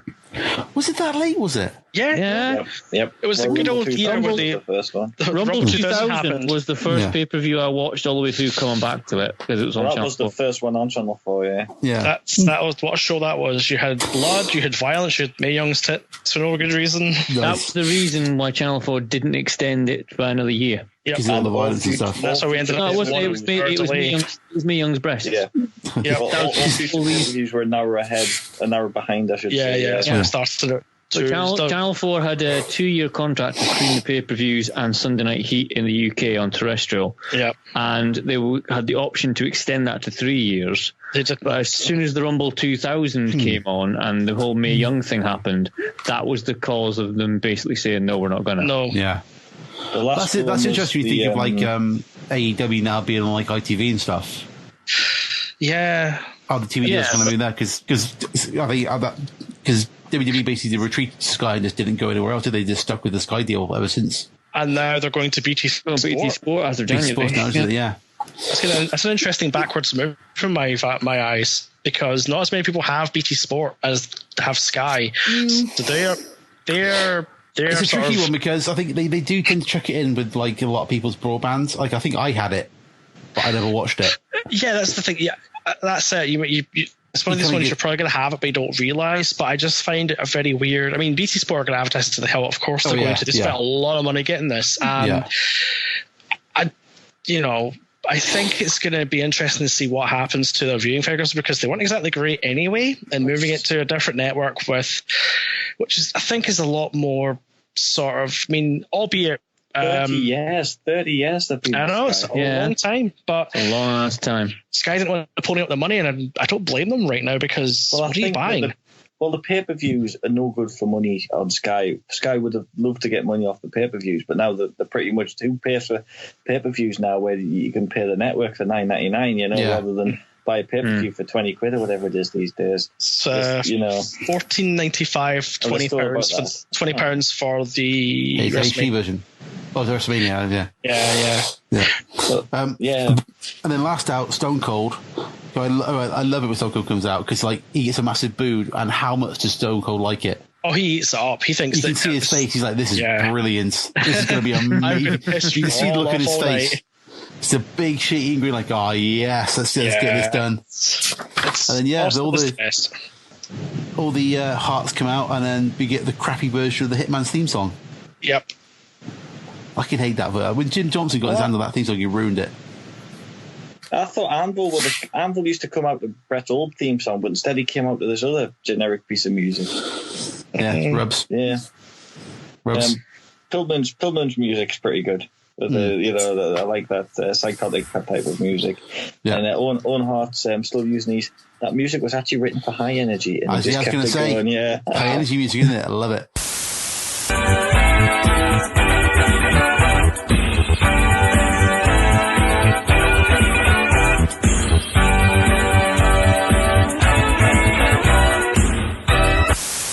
what the do do Yeah. do do do do do do do do do ding ding ding ding ding ding ding ding ding ding. It's one of them examples of when a tag team splits up and somebody still takes the music, similar to I guess Roman Reigns and Marty Jannetty. They take the in Bret Hart actually they take the music. I would have loved it if Owen came out wearing the checkers, the big pants and the checks and the check. That would be amazing. And also at this point, they mentioned that there's cameras filming Bret Hart at ringside. I'm guessing that's Wrestling with Shadows. That was Wrestling with Shadows. It is, yes. Yeah. There's a little scene when they're doing the booking with Pat Patterson, and Bret's telling the camera how good Pat Patterson is at doing the match, and they're sitting there trying to work out things, how to make the match interesting. Yeah. But it's interesting, obviously, at this point, they're willing to mention it on camera. Where I guess a bit while later. Little did they know where it would go. Little did they know, yeah. And then we're off. We've got Austin and Bret in the ring. Rematch of WrestleMania 13. It's great to have the two strongest guys start. I think it says something about the match, that they didn't save it. You've seen other matches, they keep it and wait for the fan reaction. When about 10 minutes in, the two are finally in the ring. Or they tease it, one gets tagged in, the other one tags out, It would be silly not to it'd have been silly not to take advantage of the fact the crowd were white hot at this point to give them like two other guys that didn't want to see. They wanted to see these two guys rip each other's throats out, so they just went, you know what? Here it is. Yeah, and then they did the Survivor Series 96 finish very early on with the $1 Million Dream, which is referred to as call it, do they? A Cobra Clutch. Cobra Clutch to go for it. They don't call it $1 million. Yes. Is that because Ted moved across to WCW? I was going to say WCW will be in WCW by now. And then they did the bit where he goes up the turnbuckle and flips off to go for the pin, which was reminiscent to the Roddy Piper WrestleMania 8 finish as well. But then they did the exact same finish in the Survivor Series 96 match with Bret pinning them, and they went for the same thing again, but this time Austin's wise, he kicked out. Yeah, it's a good bit. He does like a low blow, and he just smiles like, "Oh yeah, I just low blows Bret Hart. I'm the best." And then what kind of I think sums up this entire match is that at one point I think Pillman comes in. I think his name was Shamrock, and he spits in Shamrock's face. He gets him on the floor and slaps him around the face. He does basically all his actions are that of a heel. And everything gets a massive pop. It's because it's the Canadians that have been so battered actually fighting back against the big brash Americans in Canada. So of course they're going to react that way. Yeah, it's hysterical though. It's literally is American. We'll just put he's American. But literally everything he does is like what a heel would do. The spit, the way he kind of slaps on the floor, and you can see Pillman going, I'm getting a pop. Yeah, he's totally getting away with everything. I'm doing all these kind of real nasty, vicious heel things, and the crowd are loving it. It's like, what's going on? One of my favourite bits is when Neidhart got tagged in. It was him versus Shamrock. Oh, well, yeah. And he tries to do these like MMA things, there's bits where he's ducking kicks and stuff, and then I thought it looked so unusual for the Anvil to try and go toe-to-toe with Shamrock, but it was pretty good. He didn't come out best in the end, but it was still a good little spot. But I think this and is it later on he kind of comes in with Shamrock as well? They kind of do a test of strength. Yeah. Animal and Shamrock do that. Yeah, but I think like Anvil and Shamrock, that would be like a good. If they could get they could do like a 20-minute match, I bet that would have been really good. Because I always liked Anvil. Yeah, this is one of his best performances at this period of time for Anvil. Yeah, he seemed to enjoy it as well. I think a lot of the guys enjoy it because I guess it's easy. The crowd are so into it. Whatever you do is going to get cheered. Just keep it simple, keep it good. Yeah. And it's gonna get really good. But I did enjoy that Nine's little thing, and then Davey Boy gets a little bit to shine. But you know what spoils Davey Boy's bit? I hate that this is the one thing that really spoiled the match for me a bit. Was go on. He gets Hawk up in the power slam, slams him down, cover. I think Animal breaks it up, and then Hawk pops up, tags out like nothing's happened to him. Well, it's Hawk after. It's Hawk. I know. Do you think he even knew he was power slammed? He probably didn't. He probably just like. Do you think the breakup was like an intentional spot, or did Animal go, shit, he's not moving? I think you know what? It could have been Animal just like calling an audible, just going, I'm going to save this. I think I better step in here because he's not going to move. Well, just to me, it just spoiled it a bit, and I don't know. I just think when you hit with somebody's finishing move in that match, that was that, but that was the only bit for me. it's hard because, like, say, where Hawk is at this point of his life, he doesn't know where he is. Don't put him in a big match, and if you don't think he's going to be able to perform, you have to. He's one half the Legion of Doom. Yeah, if you're not going to put the Legion of Doom into the 5-way, who else do you put in? It's too early to put Droz in, isn't it? Oh, a little bit early, yeah. Oh dear. We get at one point, I think Goldust comes in, and they kind of hung him up in the tree in the corner, and all just start beating him up. Again, a heel move, which gets a massive pop. Yeah, it's like I think because they're just beating up Americans, basically. Essentially, yeah. It's just strange. And then there's are we at the bit now where Austin goes after Owen with the chair? Oh, yeah. Yeah, and then Owen's out for a while. He takes the Doomsday device first, doesn't he? Yeah. He does. That's another cool spot as well, yeah. He looks at nasty. Oh, God, it's some flippy. I don't think I've ever seen a Doomsday device spot that seems safe. Yeah, exactly. Because it is like you're going backwards off a big man's shoulders onto the floor. Henry Godwin off someone's shoulders. Yeah, Henry Godwin landed neck first. He proper done his neck in around this time. Actually, was it 97? It happened, because you've got to be able to kind of like rotate yourself enough to kind of take the bump. Like Al said, not on your head. Yeah. Which, if a big guy's doing it, they're like on the back door straight away, aren't they? Because then they started to do a bit of a toned down version, like Animal would fall back with them, which doesn't look nearly as good. In a few later ones, that this is that's the proper Doomsday device. Yeah. So at this point, Austin kind of drags Owen into the post, chair shots him, and then Bret Hart gets knocked into the crowds. Austin gets stuck into the corner for a massive pop, and then we see Brian Pillman's ass. A lot of that, yeah. That was the high spot of the match for me. And Owen goes to get his medical attention in the back, leaving it 5-on-4. Yeah, and then we get, I think Austin does a stunner at this point. I can't remember who it's on, though. Pillman, I think it is. Yeah. But then Bret gets Austin round the post, and is it like a figure 4 on the post? Yep. Fire extinguisher, then a figure 4. Yeah, then fire extinguisher, then a figure 4 on the post. Then Animal wanders over and breaks it up and goes, I probably should. It's Austin's turn to go to the back for medical attention, leave a 4-on-4. Yeah. Should this have been elimination rules? Yes. It should have been a match. I think it should have been. Yeah. It would have worked a lot better being elimination, this one. Is that not eroding your Survivor Series pay-per-view, though? Well, at this point, it's just like one anyway, isn't it? Who would have an elimination match 2 months before a Survivor Series? That's just stupid. That's a terrible booking. But here's the thing: if that's the case, why book this match? If you can't book a 10-man tag and you can't do an elimination match, why book that match in the first place? I get the whole thing of the opening promo is all about they need the 5 men. They need to get all Team Canada fighting, don't they? Yeah, they need them fighting on the same. They're talking about gang fights and stables and all that, but the problem is your biggest feud is between Bret Hart and Stone Cold Steve Austin, and Stone Cold's a loner character. Mm-hmm. It's not a feud between 2 stables. It's just a feud between that stable and a load of guys. I'm going to make a little point here.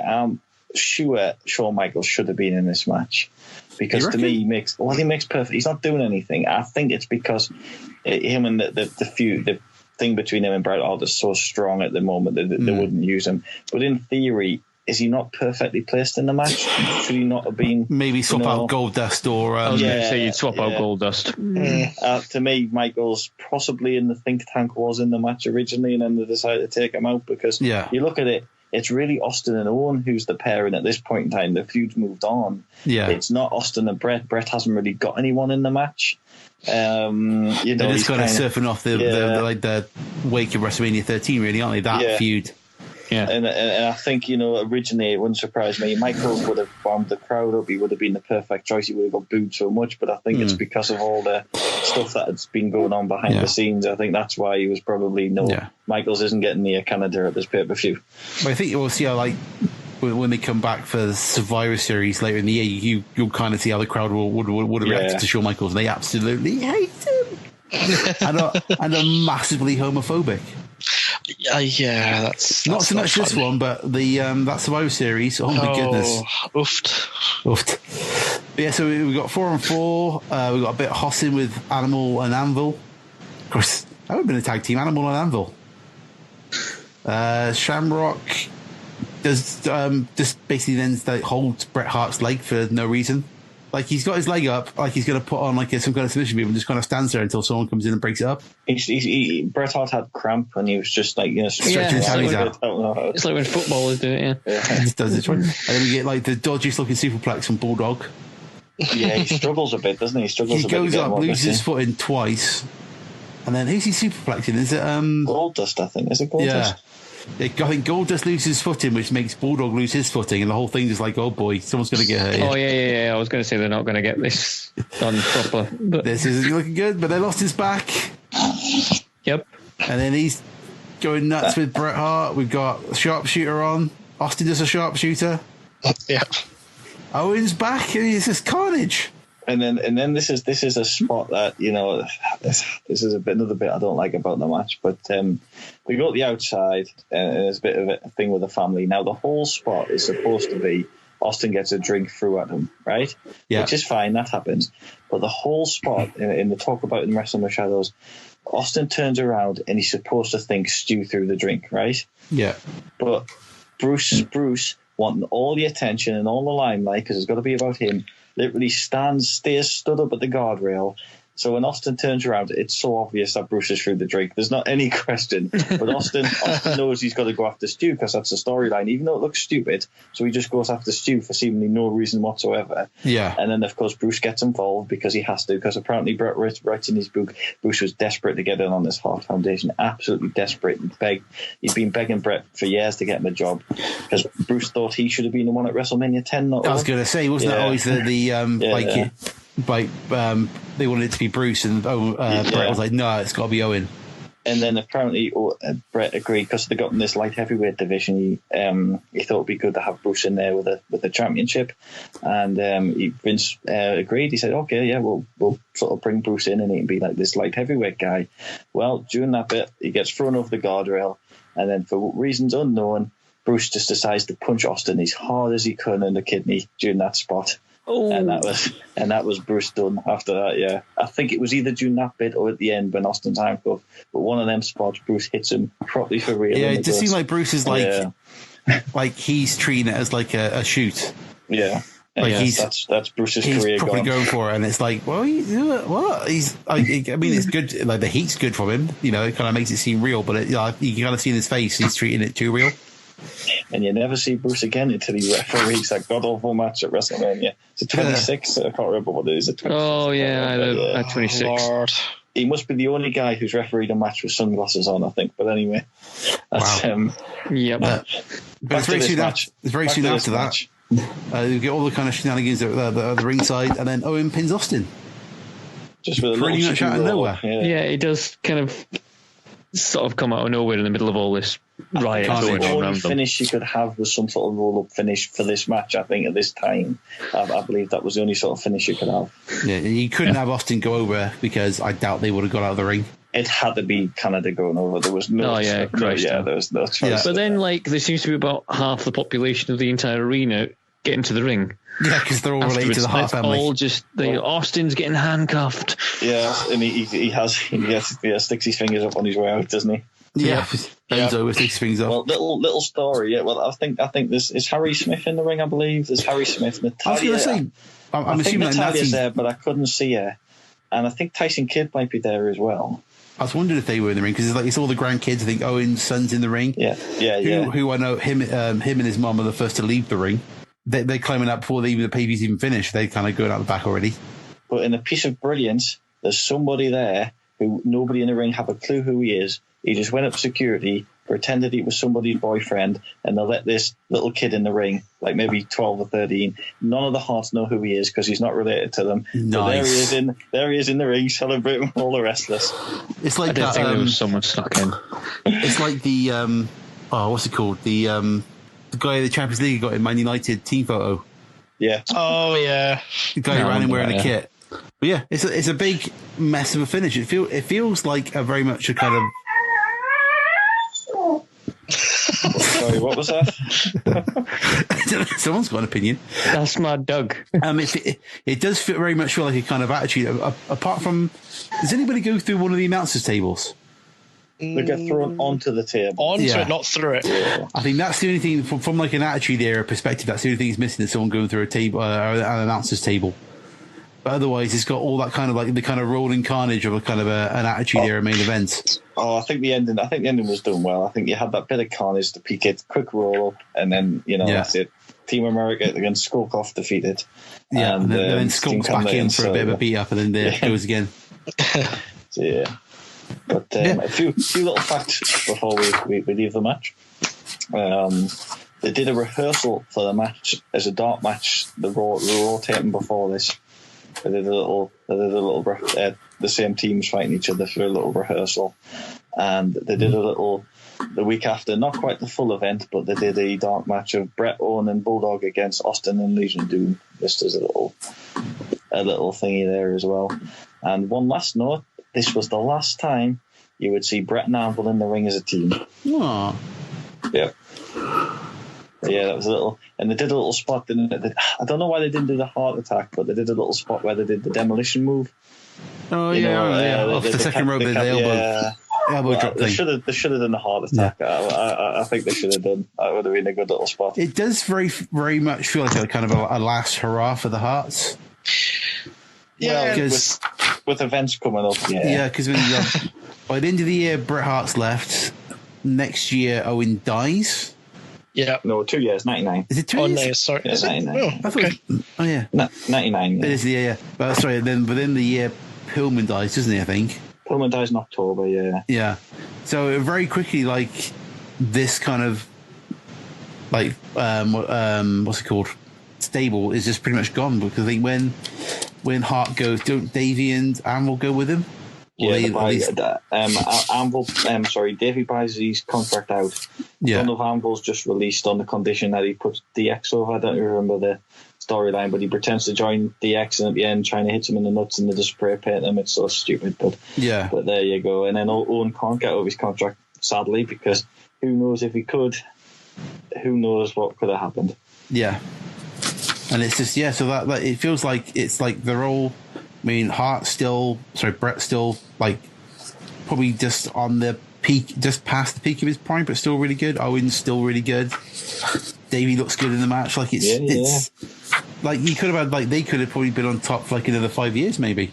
Yeah, but of course things dictated it, and then Vince did the screw job, and it's just like the Hearts are so on top here, and you think it's crazy to let that faction go, how popular they are. But no, within 3-4 months, everything's gone, isn't it? It's gone. And then basically it's after that, you pretty much got Mr. McMahon. Yeah. And then the Owen feud starts, and then woof, it's just like the Rocket thing starts, isn't it, after that point? So it's strange. It's a strange. It feels like I say, like an ending, even though there's a lot still beginning and starting at the same time. Like a good transitionary pay-per-view. Cameron, your thoughts? Hi, I'm back. What we thinking? Thoughts? Moving on. This dog's a bloody con merchant.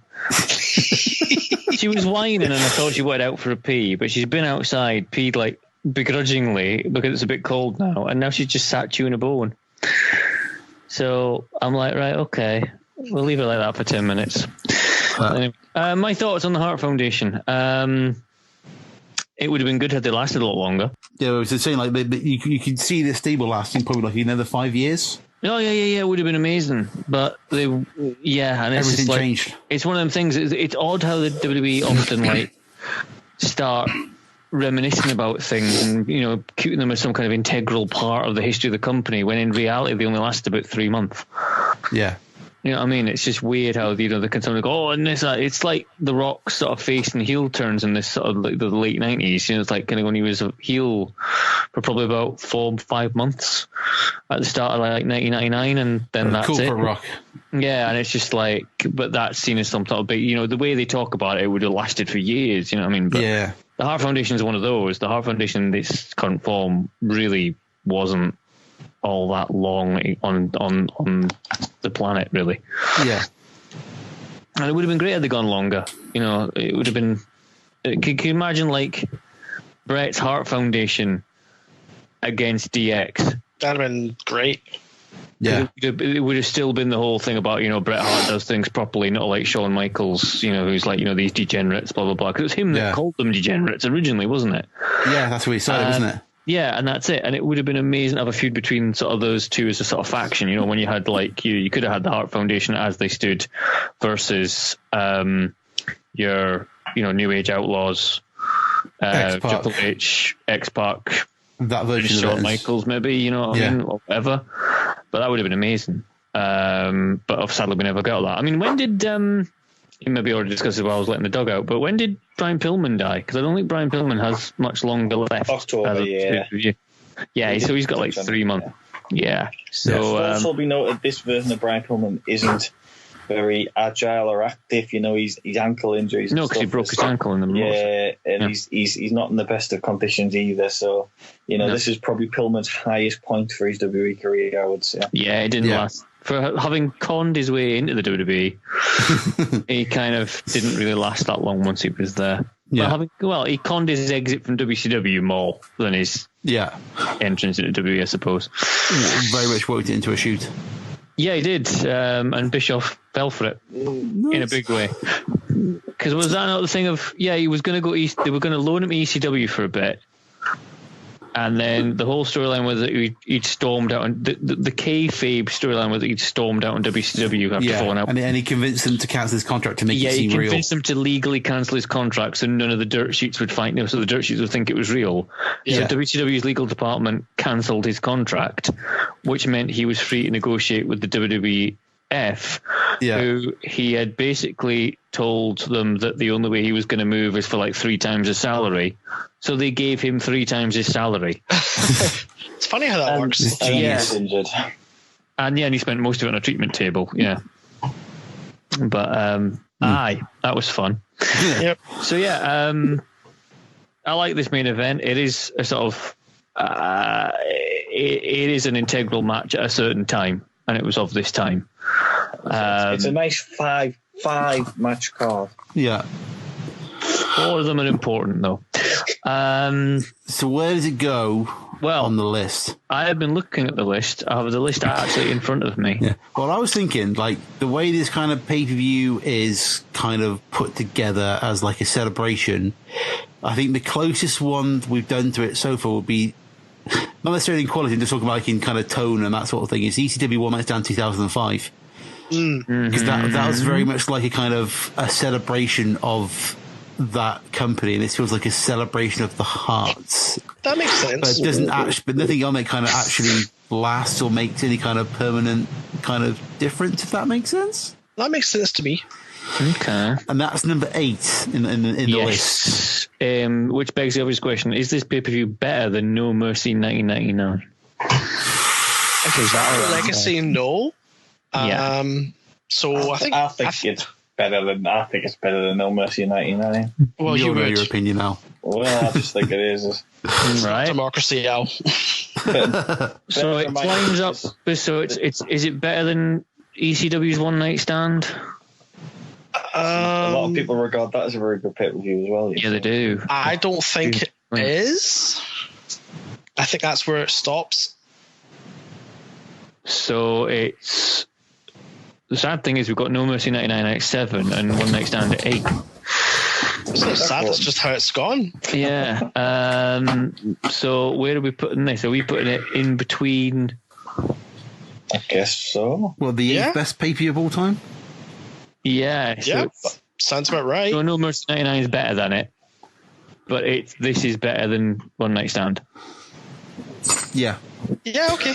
Yeah, because No Mercy is like the legacy of that show, I think. Okay. Yeah, okay. All right, we'll go with that. It's definitely better than Survivor Series 95. Oh, yeah. God, yeah. It's not quite as good as All In. No. Although Al's having a little flip outfit. You know. Oh, I can feel it. Network. It shouldn't even be on the list. Technically, Brawl for All's not on the network. Exactly. What's that? Technically, Brawl for All's not on the network, and it's not a pay-per-view. And you made us put all that on there. So it's on the network. You can't argue that. No, but still it's on the network.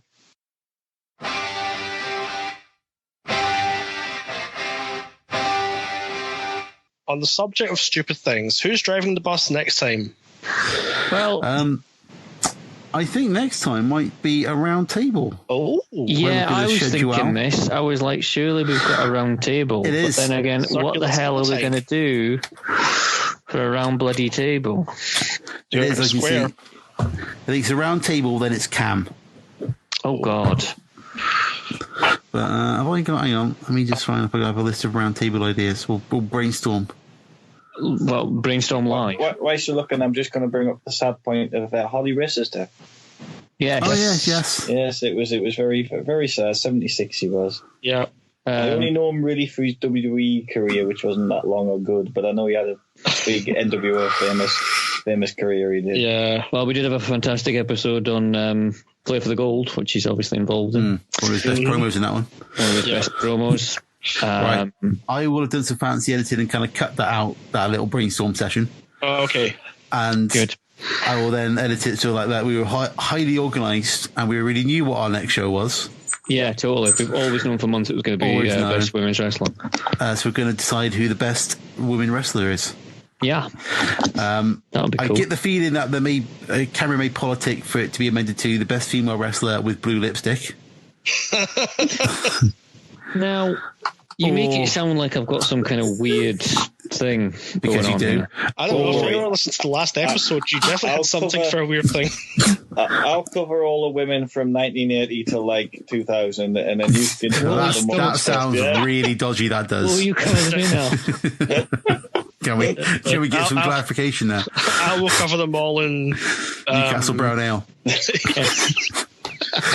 I think Cameron may also politic it to be amended to the best female wrestler who was actually a gladiator called Jet. She's never wrestled, so we can't really do that. apart from your dreams. I think you'd argue that Hanging Tough, there's a bit of wrestling involved in that. Certainly some body scissors. Well, yeah. She could do a Frankensteiner if she was pushed, I suppose. Is that what you call it? Yeah, you know. But there you go. Say hello to the Frankensteiner. She's, yeah. Oh, come on. Just leave her alone, huh? I don't want to come on her. You've already done it. Many times, Ewan. Many times. I know you have, God. you dirty man. Many times. You dirty, dirty man. There was a Gladiators annual of 1996, I think. Oh my God. Shall I end the show? The kids are stuck together. Yeah, well, End the show. Getting the music. Oh, fading the music off. Fading the music up. the music now. Thank you. All right, okay. Same as all. Good night, everyone. Oh God, Yeah, he's turning the camera on. He's turning the camera on. Oh, not again. Oh, no, I can see his Frankensteiner. Oh, God.